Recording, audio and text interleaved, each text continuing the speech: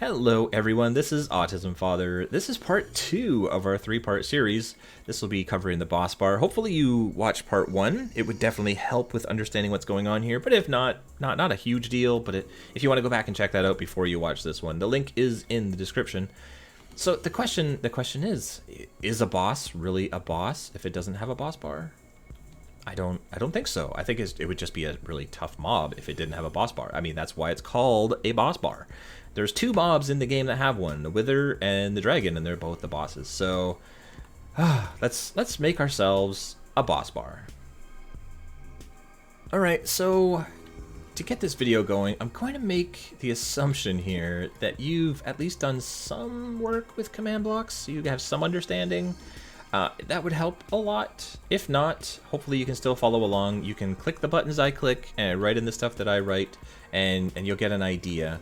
So you've seen these command blocks before, the orange ones. These ones trigger a command. You type in a command here, and when you give it redstone or press the button or whatever, it does that command. If you do a repeat command block, which is purple, that does the same thing, except that it repeats the command. It'll do it over and over and over again, 20 times per second, which is 20 TPS, 20 ticks per second. So it'll keep triggering that command over and over and over again. The other kind is a chain command block, and this one will basically run a bunch of command blocks in a row. So they go in the direction that you place them. So I'm placing them. They'll be placed towards you. So if I place it like this, it'll be going up. If I go like this, it'll be going this way. You see how they all link like that? Anyway, so if we were to give this one a command and some redstone, we could actually say this one chain, and it will get triggered next. And then this one can chain off of that, and this one can chain off of that. And then we can have 1, 2, 3, 4 commands all run with the redstone signal going into this one here. Alright, I don't know how much that really made any sense, but hopefully, again, as we do this, you can sort of figure out what it is I'm talking about. So, a boss bar has many different steps to it. You have to kind of run the bossbar command several times, giving it several different things to do. So, we kind of want to have a bunch of command blocks in a row like this. And this will be the very first one. And this will be the one that creates our boss bar. So as you can see, you start typing in, it has commands, like we can, like everything is in here. So as we start typing in, it auto-completes. Boss bar, we want to add a boss bar, we need to give it an ID. So you want to stick with Minecraft : to begin your IDs. This is just good form. It kind of keeps everything running as best as it possibly can. So we're going to call it cursed1 because that was the tag that we gave our mob in the first video, if you remember that. Whatever tag you gave your boss that you're creating, follow the same naming convention here. So this is going to be our cursed AutismFather. This is the name that will appear above the bar. So when you see it at the top of the screen, it'll say this. You can put whatever you want there. It doesn't have to match your mob, but obviously it would really help players to understand that, this name here is attached to that boss bar. So this will create a boss bar. There we go. So if we press on here, created custom boss bar. But as you can see, we don't see it. Oh, we see my jobs builder thing. But you don't see the actual boss bar. So let's remove that boss bar for now. And that's because we need to give it more information. So we're going to set this as a chain, and we need to put it as always active because I'm not going to give these ones redstone signals, just this one. So in here, if you look here, there's add, get, list, remove. We need to set some values for this so that we can actually see it. This one is called cursed1. And now here, you can see the options that we can set it to. We can do color. We can set it to whatever color we want. We want it to be green. Here we could do boss bar, set, cursed1. Now we can set the maximum value, which is, when you see the boss bar is full, when you see it all the way across, that is the value, the maximum value. So we can set that to 10, 20, in the case of the mob that we did last time, 550, whatever we want, but we're not going to set that just yet. The name we've already set when we created it. Players will come to style. You can see that there's different options. I'm just going to leave it as is, the default style, which is just a solid color of a bar. Value goes along with max. So if you had a maximum health bar of, say, 200, and you set the value of the bar to 100, then it would look like the bar is half full. Does that make sense? It's basically so that as your mob takes damage, the value goes down, but the max stays the same, and that's what gives the bar its animation. And then visible, obviously we want the boss bar to be visible, so we'll set that now. Chain always active. So when we do this one now, we should see the boss bar was created, it was set to green, and it's now set to visible. So that's good. So let's remove that again because we don't want it set anymore. Okay, so this is where it gets a little bit tricky, and I'm gonna take a little bit longer to explain this part. Hopefully this will make sense to you. Okay, so if you remember from the first video, this guy's health is set to 550. His max health is 550, and his health is set to 550. In here, this is where we want to set that cursed 1 max. We could just put 550 right here, and it would be set, and it would be fine, and that would work. But here's the problem. If we want to change his health at any point, let's say the server gets more members, the wither fights get bigger, there's more people fighting it, and it's dying too fast. We want to change it to 1000 or 750 or something. We don't want to have to change the mob and change the boss bar. We would like for the boss bar to just say, you know, oh, his health has changed, let's change the value of the boss bar. And we can do that. We can actually do that. So the easier version is this. You are welcome to use this command right here and set it. However, if you want to get it directly from the mob, what you want to use is the execute command. The execute command is the go-to command for command blocks. It's almost always used unless you're just creating a boss bar or something really simple. But if you're doing something a little bit more complicated, execute is almost always used. So what we want to do is execute and store the result into our boss bar. This boss bar, which we just created. We want to set, here's the max and value. You remember these? We want to set the max of our boss bar to be equivalent to the data of the entity. We're going to get the entity, and we're going to specify cursed 1. Remember, we set that custom tag, cursed 1. I made such a big deal about setting a specific custom tag that's only for us. This is where we start to use it. So we can say, get the maximum health of the entity with the tag cursed 1 and put it into the boss bar's max information. Now, you see how it's red right now? It says underneath, it automatically puts in this text that says only 1 entity is allowed. You can only take the health from 1 mob to put it into a boss bar. And we can fix that by saying limit 1. So now it's just grabbing 1. So again, get the max value into the boss bar and get it from the entity. But now we actually have to just finish this off by saying what value is it that we want from the entity? We want his health.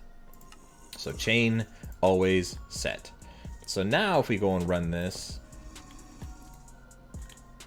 cursed AutismFather has the following entity data, 550. Perfect.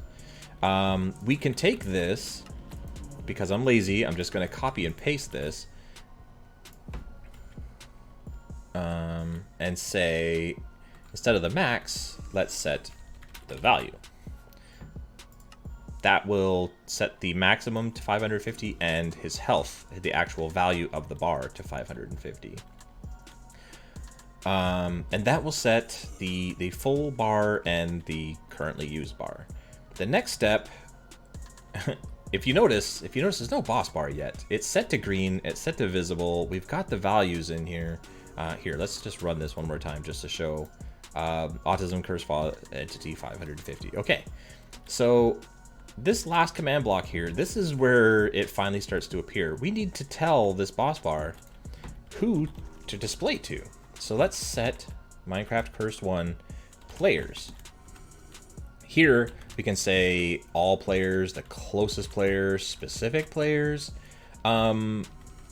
Ideally, if you're in like a single player world or a small server, you can set it to all players. But if you're on a bigger server and let's say, you know, only half of the players want to fight this thing and the other half are off mining or doing something else, they don't want to see the boss bar. They don't want to see something on their screen that has nothing to do with them. So once again, we go back to our execute command. This is really cool. Hopefully you'll be able to follow along with this. This is where the magic really happens. With the execute command, we can actually tell it to run as somebody else or position it somewhere, or we could just tell it just to run at a mob, in this case, you know, where we want this to run at our cursed autism father. So this is going to run not at this command block, but rather where the cursed autism father is. So we can say run bossbar set cursed one players. And then from here, we can actually say all players, but only within a distance of, say, 100 blocks. In command blocks, when you specify a distance like this, you have to put ... I don't know why. I don't know what the reasoning is, and I don't know why it doesn't work if you don't put ... But just trust me, put ... And then however many blocks you want it to be. In our case, we're going to put it to like 5 because we're just testing and we're kind of in the hard world where other players are and stuff. We don't want them to see the boss bar and be curious what in the world is going on. So we'll set that. Oh, we have to set chain and always active. There we go. So now we can run 1, 2, 3, 4, 5, all these different 6 commands all in one shot. So if I run this boss bar now, cursed autism father, we're all set. There we go. Look at that, cursed autism father. So there you go. But we're not done. I know I made it sound like we're done. We're not done. There's some problems with this, and we're gonna have to fix those problems. For example, what happens if I run this outside? Like, look, I'm further than 5 blocks away, but I still see it. What if I set the boss bar and I'm further than 5 blocks away? Huh? No longer has any players close by. But what if I go up to it and want to fight it? There's still no boss bar. That's a problem. But if I put this here, there's a boss bar. Okay. What about if I do some damage? Can you see the health going down on the oops? Can you see the health going down? No, you can't. That's also a problem. So how do we fix that? With some repeating command blocks. All right. So our problem is that his boss bar doesn't come and go when you leave or come back, and his health doesn't seem to go down in the boss bar. These are our 2 command blocks that do those things. The problem is that when we create the boss bar and it sets it green, it sets it divisible, it runs these 2 things one time and one time only. So that's why it's set and then never changes. So what we want to do is if this is where our redstone block is going to end up being, we can actually set a new row. And we can set this to be a repeating block. So now if we take the health, if you remember, the repeating block will run 20 times per second. And it'll set the value of his health to the boss bar's value at 20 times per second.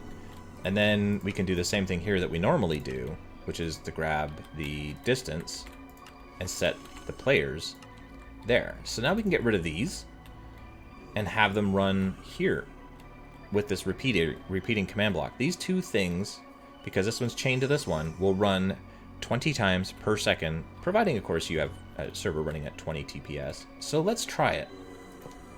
There's our cursed autism father boss bar. So I was within 5 blocks when I created it. So if I leave, oh, the boss bar goes away. And if I come back, it shows up again. So now we have that working. And look at his health go down. And that's because we have this running on a repeating command block, and this one's going to be repeating along with it because it's chained. So these 2 things we want to have running all the time. So his boss bar comes and goes, and his health goes down. So we have one string that creates the boss bar, sets it to green, sets it to visible, sets the maximum value. And then we have a second row that will constantly check for his health and constantly check for players that are within 5 blocks. And it'll change those things depending on the information that's available. All right, so we're almost done. Hopefully this hasn't been too complicated for you. There's not too many command blocks, but it is quite a few steps, especially once you start executing things and getting data and stuff. But again, I'm gonna put a lot of this stuff in the description, and you can follow along. Okay, so I want to explain the last problem we have with this, and that is that I have to manually come over here and place this block myself in order to get the boss bar to show up, which is not ideal. And there's also one other problem, and that is if I kill this guy, our boss bar is still there. So we have to do boss bar, remove, and then get rid of it. Again, and I have to remove it. This is not the way that we want it to work, ladies and gentlemen. This is not it. Okay, so here's how I get this to work. Again, this is just how I get it to work. There's so many different ways that this could be run and optimized and more compact. But anyway, so what I do is I have an on and off command block. These are going to be repeating command blocks because they're going to be needing to check at all times if there is a custom mob and if there isn't. And this will set the boss bar on and off. Now, the way I've been doing this, as you've watched all this video, is putting a redstone block right there. So what we want to do is have it set a redstone block right there by itself. And for that, we need the execute command again, and we need it to check, see if there is a custom mob. So we'll check entity E tag our cursed one. Remember, I made a big deal about this. We got to keep using this. Okay, so if there is an entity with that tag, we want to run the setblock command, and we're going to set it, that empty space is up 1 and over 1.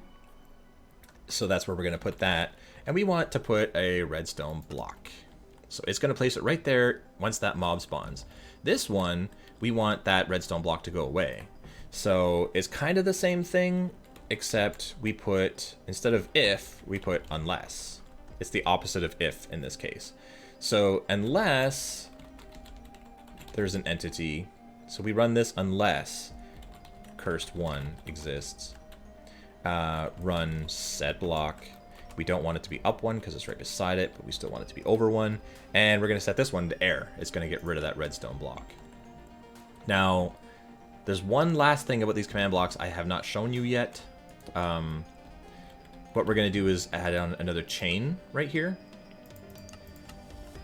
And that's because this will get rid of that block, but it won't get rid of the boss bar. I don't want to have to type in boss bar remove every time, as I have been doing. But we want that to happen automatically too when the mob is gone. So we're going to put in boss bar remove Minecraft cursed one.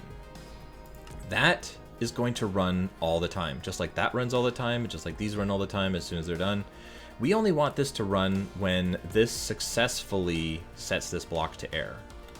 And to do that, we're going to put this on conditional, which will change the graphic. It's not a straight line anymore, it's this.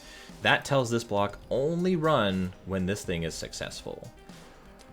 So I'm going to power this on, which means this is constantly checking now to see if there's an entity with the tag cursed one. I could set this to be always active and then I don't need that. However, that means that this thing is going to be running at all times, always on the server 20 times per second.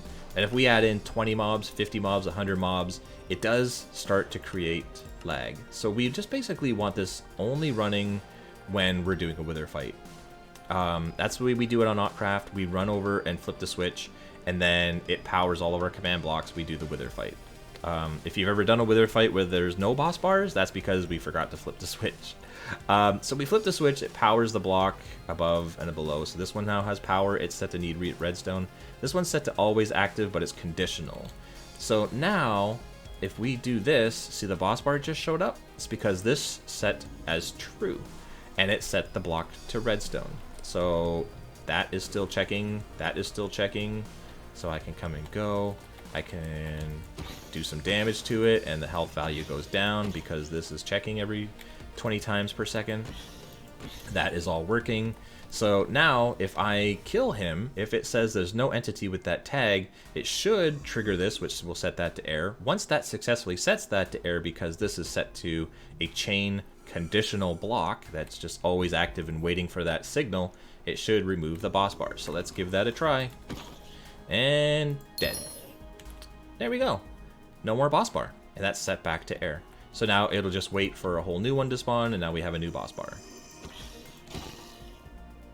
And that's how that works. So now if we turn this off, and we spawn this in, no boss bar. It's because this whole contraption is now turned off. But as soon as we turn it on, it detects there's a cursed AutismFather, and it places the block. And then we can kill it, and it goes away, and this just got triggered, and it's all good to go. So we turn it back off again, and we wait for the next wither fight. So hopefully that makes sense to you. It kind of went over it rather quickly, and it's a few command blocks. There's what, 4, 5, 6, 7, 8, 9 command blocks in order to make a boss bar for one mob. And some of it gets a little bit complicated with storing data and stuff like that. But again, this is one of those things where repetition will drill it into you, and you'll be able to do it off the top of your head. I'm going to put links down below for some of this information, such as the Bossbar Command.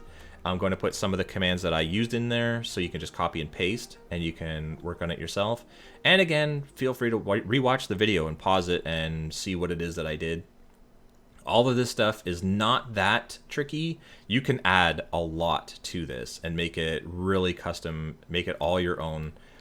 Even small changes, like we can just set this to purple and turn it on, and now we have a purple boss bar. You can set the distance to whatever you want. So again, you can have people 50 blocks away, 100 blocks away, 5 blocks away, whatever you want.